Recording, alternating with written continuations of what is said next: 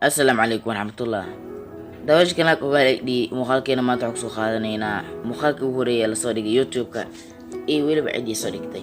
Muuqaalka wuxuu ahaa muuqaal tijaabo ah oo uu soo dhigay mid ka mid ah raggii soo ikhtiraacay ama soo helay YouTube-ka. Magaciisana la yiraahdo Jawid Karim. Waana nin muslim ah.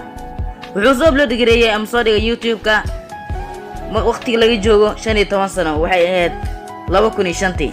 muuqaalka boqolkiiba 99 waxaan filayaa inuu yahay mid tijaabo ah maadaama uu yahay muuqaal ugu horeeyay la soo dhigay YouTube-ka soona dhigayna isla qofkii soo ikhtiraacay.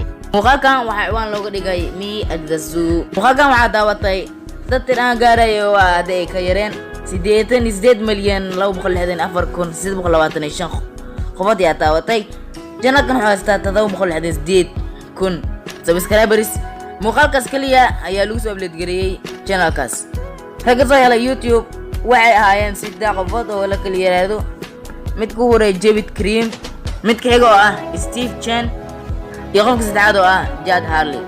laakiin hadeer milkiilaha YouTube ma ayaga oo bay iska iibiyeen, waxayna ka iibiyeen shirkadda Google, waxayna ku iibiyeen lacag gaarayso 1.65 bilyan oo dollar. hadduu alla idmo ma dhawaya muuqaalada xog ugu hadli doonaa saddexdan ruux taariikhdooda kooban. aan isla soo gaanay gabagabada mawduuceena maanta intaynu markale kulmayno waxaan idinkaga tagayaa fi amaanillah. Alright, so here we are in front of the elephants. Cool thing about these guys is that they have really long fronts, and that's cool. And that's pretty much all there is to say.